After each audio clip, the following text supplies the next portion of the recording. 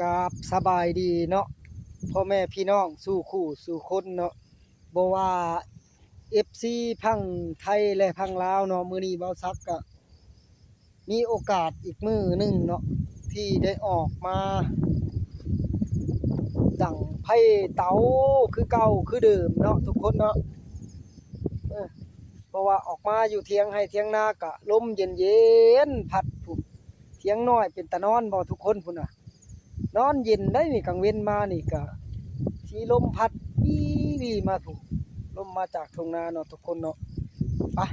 บ่าวซักสิพาเลาะคือเก่าเนาะทุกคนแต่ละมื้อก็พาเลาะไป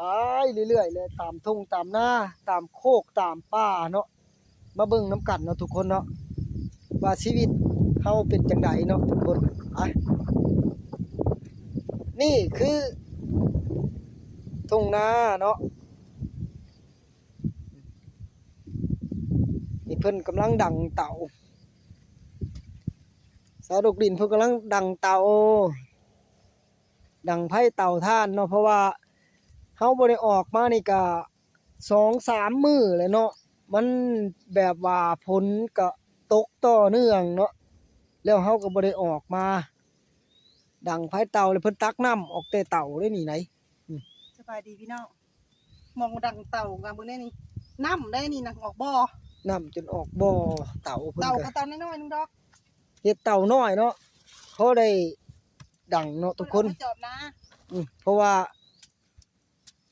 พ่อบ่ได้ซื้อเขาเจ้านะกันซื้อกับแพงเนาะสอบหนึงก็120เนาะแล้วเฮาก็มาเฮ็ดเอาเองเฮามีโอกาสเฮ็ดเองก็เฮ็ดเอาเองเลยเนาะทุกคนเฮ็ดพอได้ดังเจ้าของเนาะได้ซ้ำ4-5สอบก็เอา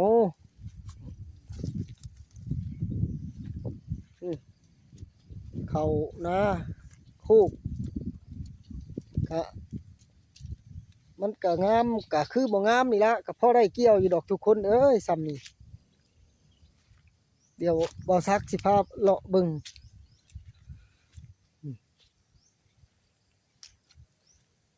ทุ่งนาเขาก็งามแน่อยู่มันก็สมหน้าโคกหน้าเราเฮาเนี่ยเนาะทุกคนเนาะ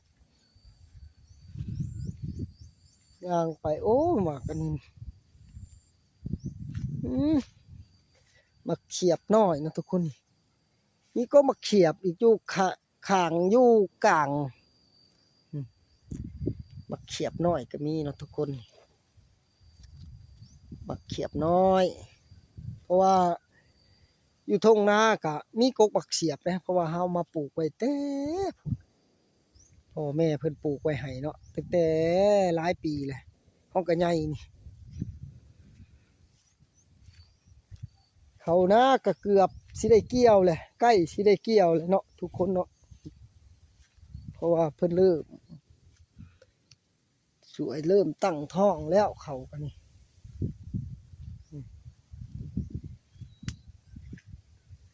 เขาหน้าโคกปีนี้ว่าแม่นก็ใครกลัวปีก่อนๆเนาะทุกคนเนาะเพราะว่าซักเพิ่นบะว่านเอาเนาะปีนี้เนาะเพราะว่านเอาเนาะทุกคนก็ว่าใครกลัวแต่ปีผ่านมาเนาะปีผ่านมาในเฮามันมีแต่ดำเอาก็มันก็เป็นภาคเป็นเหี้ยไปเนาะเหี้ยไผเหี้ยหยังเข้าไปแล้วมันก็ตายลงเนาะแล้วเฮาก็บ่ได้เกี่ยวเพราะว่านี่ปีนี้เพราะว่าบ่ซักว่ามีโอกาสแล้วก็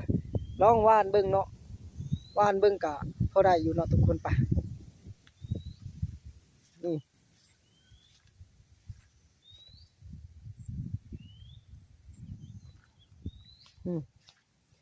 เขากำลังเริ่มตั้งท้องเนาะ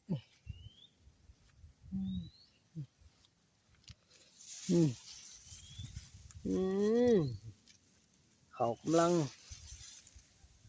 เริ่มเริ่มตั้งท้องเนาะทุกคน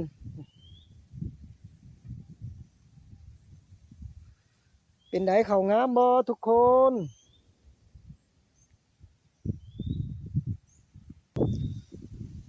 นี่ ซักพามาเลาะหน้าโคกหน้าป่าเนาะโอ้มีแต่ป่าอ้อมข้างอ้อมแอวเนาะพุ่นโอ้อืมนี่น้ำฝนของกระเซ้าตกได้มื้อหนึ่งเนาะทุกคน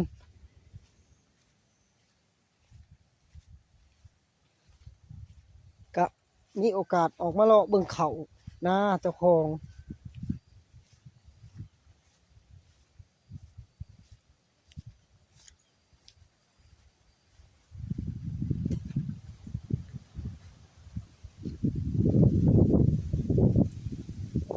หมากตุ่มกานี่ภาษาบ้านข่อยเอิ้นหมากตุ่มกาแต่ภาษาบ้านซุมเจ้าสิเอิ้นว่าหมากหยังเนาะนี่ลมแห้งเนาะทุกคนเนาะลมพัดวีวีเลยอยู่ทงไห้ทงนาโอ้ลมพัดวีวีนี่โอ้บรรยากา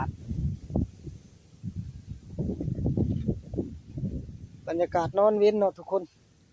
ถ้าไผบ่มีเวียกก็คือว่านอนเว้นถ้าไผมีเวียกก็โอ้ตื่นเด้จักแม่งหยังหุ้ยบินมาบ่แม่นแม่ต่อแม่ผึ่งดอก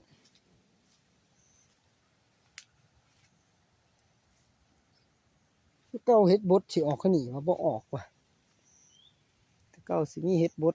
เพราะว่าเฮ็ดบดเฮ็ดเพาะเนาะคันออกแถวนี้ก็เฮ็ดเพาะก็มีโอกาสเนาะทุกคนแต่ว่ายามนี้ก็เฮ็ดเพาะมันก็อยากห้วยไปแน่แล้วเนาะ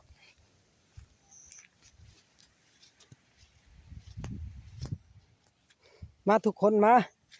บ่ซักสิพามาเลาะเบิ่งอันบ่อนเฮ็ดเพาะออกเนาะเฮ็ดเพาะบ่ออกบ่เนาะทุกคนเนาะอยากกินแกงสดน้ำมึงเด้เฮ็ดเพาะนี่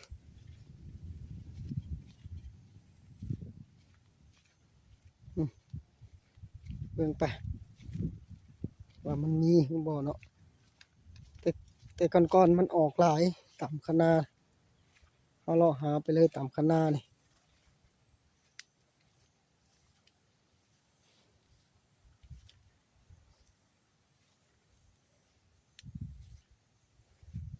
แต่เก่ามันสิออกแถวนี้นี่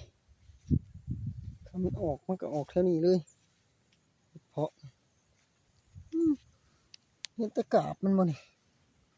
อืมเห็นแตะกาบเฮ็ดเพาะเถาเนาะยามนี้คือสิบ่มีเฮ็ดเพาะเนาะเพราะว่ามันเริ่มวิดฤดูมันเลยเนาะส่วนหลายมันออกแต่หัวปีเนาะทุกคนเนาะตอนนี้มันก็แบบมันเป็นหลาเลยเนาะมันก็เลยบ่มีถ้าว่ามันบ่หลาเนี่ยคือยามมันออกแต่หัวปีคือสิอยู่แถวคะนานี่แหละทุกคนหลายนี่บ่อนเก่ามัน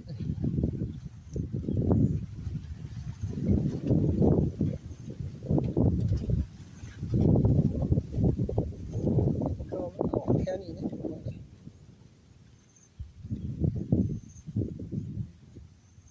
บ่เห็นเนาะเพราะว่ามันออกมันห้วยเลย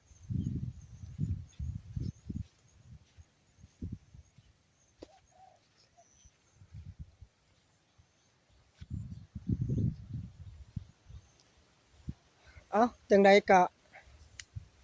บ่ซักผ้าเลาะกะสิหยุดไว้เพียงส่ำนี้เนาะทุกคนเพราะว่าเฮายังสิมีโอกาสหน้าอีกสิพาเลาะเนาะทุกคนเนาะเดี๋ยวอีกถ้ารอชมอีกคลิปหน้าเนาะคลิปนี้สิขอหยุดไว้ส่ำนี้ซะก่อนเนาะทุกคนเนาะบ๊ายบาย